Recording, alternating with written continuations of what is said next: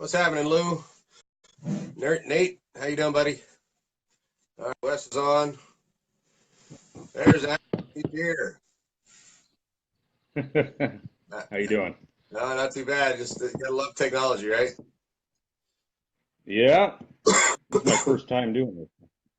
No, Teresa, this is the real one. We're actually getting this started now.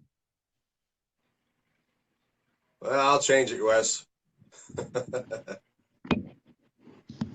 Hey, Rusty, Daryl, we're getting a few people on here.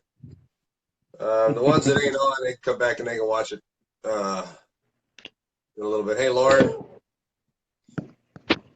right, get that sucker set up and we'll get to flying here. What's up, Judy? Yeah, I'm trying to figure out a way to position. Yeah, now you're sideways. Once it starts Whoops. live, you got to keep it the same way, or it doesn't flip. There you go. Okay, I'll just hold it then. All right. So for everybody that's listening, there's going to be some new gun laws going through. Not only gun laws, but ammo laws going through on January the 1st. So I brought Adam on here with us. He's a member of our group down in the San Diego area and Zone 11. And he's kind of up on all that stuff because he works in a gun store. And he's also a political activist down there as well. So he knows what's going on down in that area. It actually is statewide. So I'm going to let Adam go ahead and kind of fill you guys in on what's going on and what he's been hearing and what he knows to be true. Um, and with that, Adam, I'm going to give you the floor, buddy. Perfect. So first off, Prop 63, as we know, or those who don't know, had passed this last general election in the state of California. And what Prop 63 basically stated was that in order to purchase ammo in the state of California, we are now required, as you know, when purchasing a firearm, you have your firearm safety certificate, your card that allows you to then go in. It's active for 5 years to go in, purchase your firearm, do your background check. With ammo, what's basically happening starting the 1st of January is we will have to obtain an ammo permit, pretty much as a consumer. So anytime you want to then purchase ammo, you will have to have your certificate, your permit.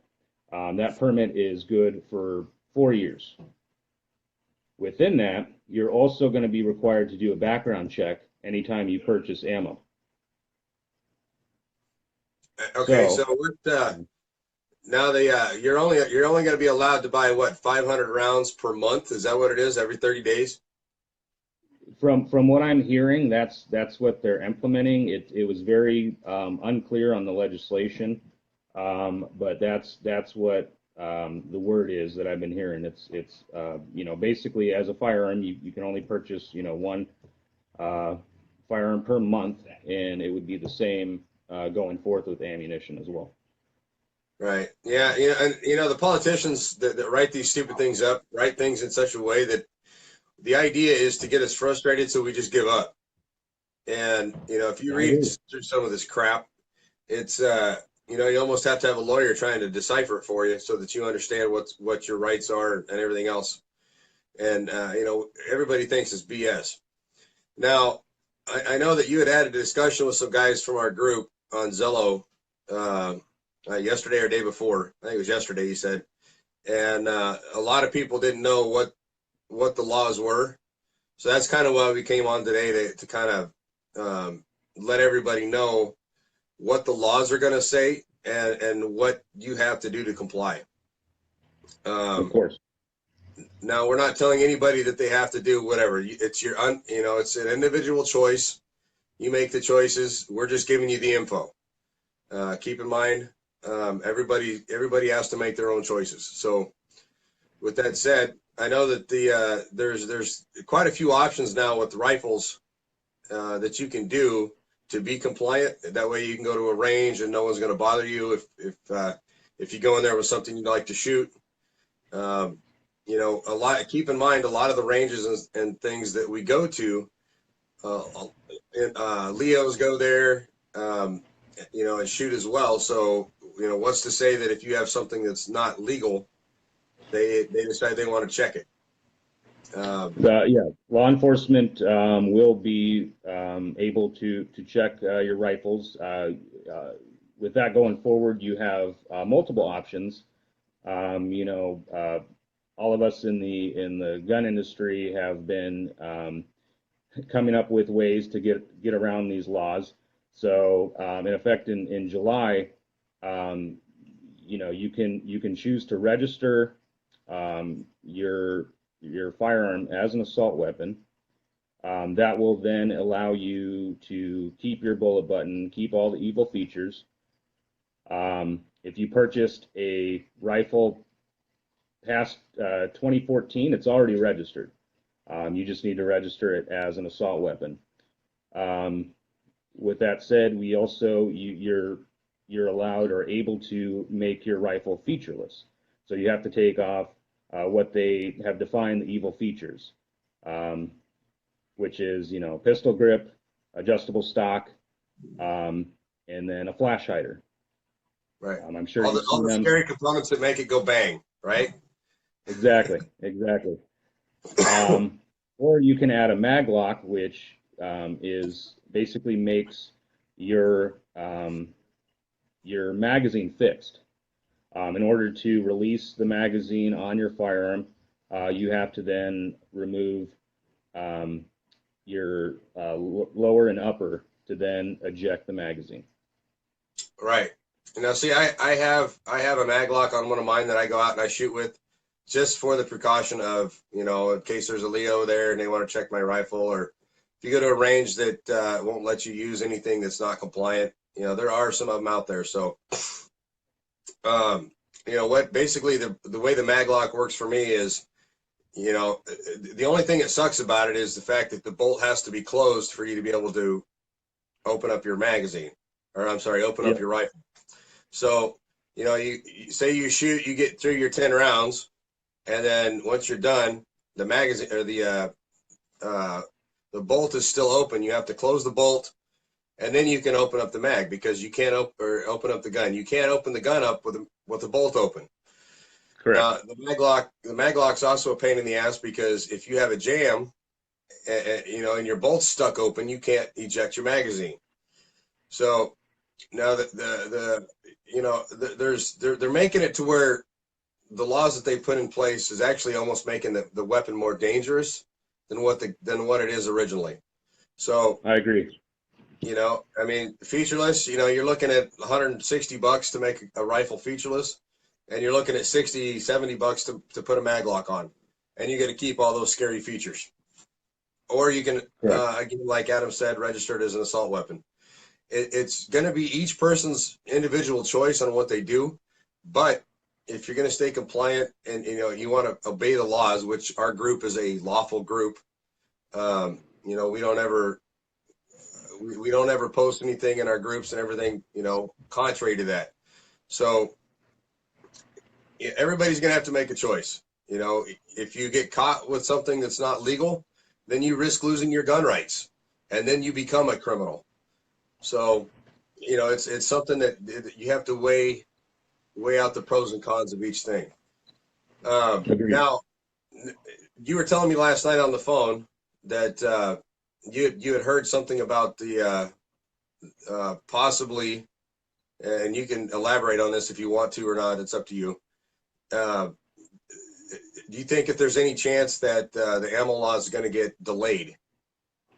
Do you think that's going to happen? As of right now, it's looking like that may take place. From what I've been hearing, the Department of Justice really has no idea how they're going to implement something to this magnitude. I mean, it costs a ton of money, and it's tedious work. If you've gone to your local Walmart, if you haven't noticed, in the ammo section or the sporting section, they have already put in the computers to do these background checks. All the employees that work in that section have all had to do live scans, but you know, so it's already there's corporations and people in place that are setting up, but as far as the Department of Justice, it's looking like there's a possible of a 6 months expansion on this legislation. Right. Now, that's that's good news for us. Hopefully that it gives us another 6 months to fight it. That's the way I look at it. Anything that gets delayed is always a good thing because that gives us more time to fight it. The problem is Exactly. we have to get, as patriots, as citizens of this country, we got to get up off our asses and we actually got to go do something about it. We got to hit our state legislature. We got to hit our local politicians. We got to get these guys' attention, and we have to say, yeah, you know what, enough's enough.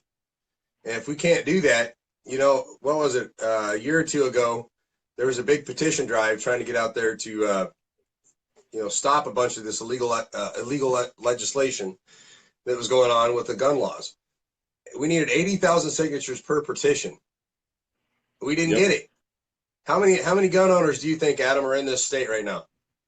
Oh, there's a lot, and I can tell you. I mean, I had petitions, and I had a lot of patriots coming out and signing them, but I had a lot of people that weren't. And then everybody's upset when this hits the ballot box, for Prop 63. It's ridiculous. Well, from what I heard from a lot of people on the petition thing, and I talked to several people that didn't sign it. What I had heard was, oh, I don't want to be on a list. I don't want to be on this. I don't want to be on that. Well, regardless, I mean, if your gun laws are going to go through, right? If they're going to push these things through, and you got to register the damn gun anyway. If you bought a gun in California, you're already on a goddamn list. So exactly. Get off your butt, get out there and sign these damn things because the only way that we're going to be able to win this thing is to be proactive, not inactive. It's something that we have to do. We have to fight for our freedoms. That's, the military does it for us, but we have to do it here at home. If we can't do it here at home, then I don't know what we're going to do. That's one of the things with our group, for everybody that's just tuning in. We're in a patriot group called United Patriots of California. And that's one of our purposes is to speak out on unconstitutional laws. Everything that's coming through on these gun laws is unconstitutional. We all know it, but at the same time, we have to do something about it. We can't just sit back and let it happen. Like I said, each person's going to be. It's up to each individual on what they're going to do with their guns. I can't tell you what to do. I'm not going to tell you what to do. But at the same time, at the end of the day, if you're going to go to a range and you're going to get caught and lose your gun rights, what's the point of it? Exactly. If you become a criminal, because you have a certain stance on something, then it's not worth the fight. Move to another state that doesn't have the same laws we have here. We have to take the fight to them. We can't just sit there and wait for the stupid gun laws to pass. It's just dumb. Adam, I know you're attached to some of the political stuff down there. You want to enlighten us on some of that stuff? Well, here in San Diego, we're lucky to have a group called San Diego County Gun Owners. And what San Diego County Gun Owners does is we're a political action committee for the city here. We're hard workers, we're fathers, we're mothers, but most importantly, we're Second Amendment advocates. And I would look, in your cities and see if you have associations as such and get involved. I mean, we do political rallies. We back people that have the Second Amendment, as that are Second Amendment advocates as well. We have those here in California with the California Rifle Pistol Association. They're basically the NRA for the state of California. Right. So I encourage everybody to get involved in these groups. It takes us to keep these groups going. These groups doing what they do. They're not going to do it without us. Well, that's the thing with the petition drive that I was talking about earlier. One guy came up with those petitions. He fronted the money. He did all the stuff that he did, and we failed the guy. Yeah. as gun owners in this state, we completely failed the guy. And it's our job to get out, not only to sign these petitions, but get our friends to do the same thing. So, Exactly. the California Rifle and Pistol Association, I've met a few of the guys that run that. We did a rally together down in Modesto not too long ago. So I had a chance to talk to them a few times, and they're all good guys. They're all out for us.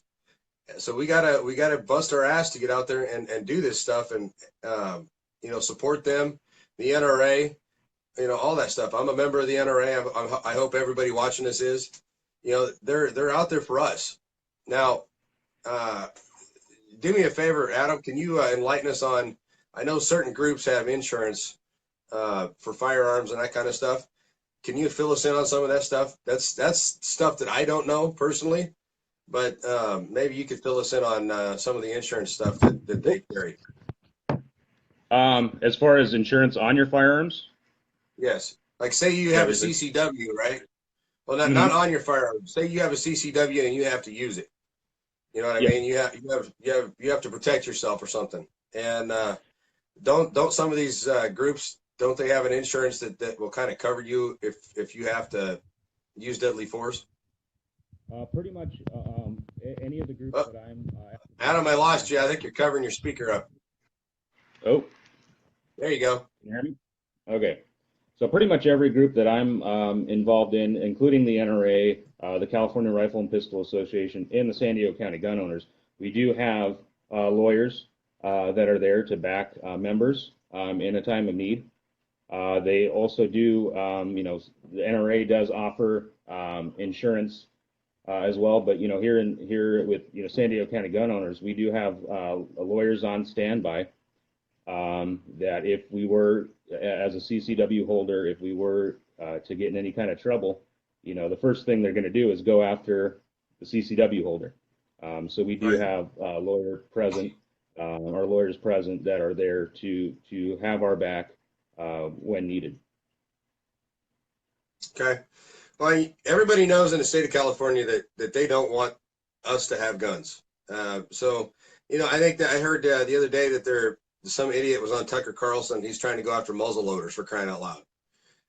What their belief is, that's just, it kills me. Our country was founded on being able to fight back. And the Revolutionary War, we held back the British.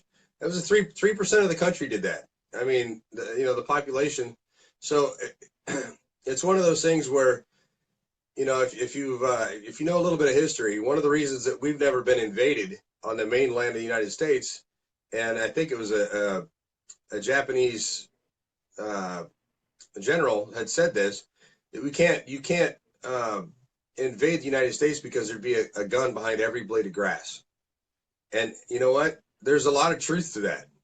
We are the people's army, essentially. I mean, the people that have guns and things like that in the country, we protect the country if that were to ever happen.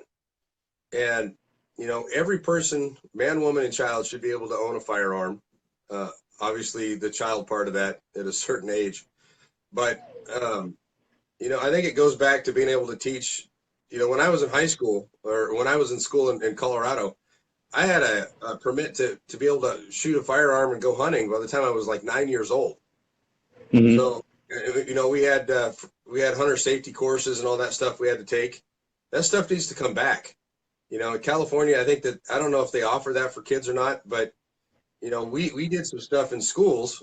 We had, you could take a class that had something to do with the school. And, mm-hmm. Boy Scouts did that kind of stuff. I mean, if you start them young and teach them the right way, then we don't see the stuff that we see now. Back in the 80s, mm-hmm. when I was growing up, you never seen the mass shootings that you got now. And, it's coming down to a mentality aspect of this thing. It's not so much that there's more gun owners than there ever have been. It's the people who have them don't know how to respect them. So, Adam, I'm going to go ahead and get off here. We had a pretty good video, but I'm starting to get to where it's hard to talk again. I appreciate you coming on, man. and enlighten everybody. I hope everybody watches this and shares this, because everybody in California needs to know what's going on through this. Would you got anything else you'd like to add? From your personal standpoint? I think we said it all. If anybody has any further questions, feel free to PM me. If they have any questions about the new legislations that are taking place, please feel free to contact me. Right. Now, if anybody's wondering too, you can also get CCWs for out of state. If you decide to leave California, go to other states, you can get those things through the mail. I've actually contacted Arizona, got mine in the works already for down there, and it covers like 38 states. That's correct. And some of these places don't even, all that they need is a hunter safety card, or a class, something like that. Arizona only needs a hunter safety card. I have that, so it's no problem, and it's like $60. So that's something that I think everybody should look into. You don't even have to be there. Send your info in, and they'll send you a CCW, and they're pretty quick at it. You can get one basically for Nevada and Arizona, and you're covered for every state except for, I believe, Chicago and California. Of course. And the funny thing is, you get a CCW here in California if you're in a county that allows them, and it doesn't cover half the states in the United States. They don't recognize California CCWs, and I think there's a reason for that, because a lot of the people that own guns here are kind of scary. But it's a bad day when something that we've had since the founding of this country, we can't be allowed to have it. It just blows my mind. 242 years since the basically the founding of the country, or since the Revolutionary War, and they're just now saying that we can't have guns. It just blows my mind. But anyway, Adam, thanks for coming on, man. I appreciate it.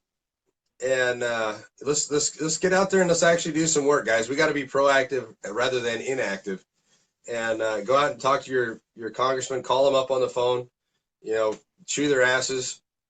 Whatever you got to do. We got to get it known that we can't take this stuff lying down anymore. It's too important to keep. All right, Adam, man, I'm going to get out of here, but thanks again, man. Thanks for having me. Bye-bye. I wanted to give you guys one more little piece of advice, or not advice, but Piper Smith, she's with Pink Pistols. She's got a GoFundMe thing going on right now for somebody that's helped out in the gun industry a little bit here in California. So do me a favor, go on her page, check it out. It's somebody that's looked out for us. So if you could find it in your heart to donate a little bit to their GoFundMe, please do. $5-10 from everybody in the state goes a long ways to helping somebody. So they put their money out to help for us. So I think, we should go out and do the same. So guys, I'm losing my voice. This cold's kicking my ass. So I'm going to get out of here, but thanks for tuning in. And if you got any questions, just hit me or Adam up, and we can, if I don't know the answers, I can get a hold of him, and vice versa. So thanks for tuning in, guys. Love you all. Catch you later.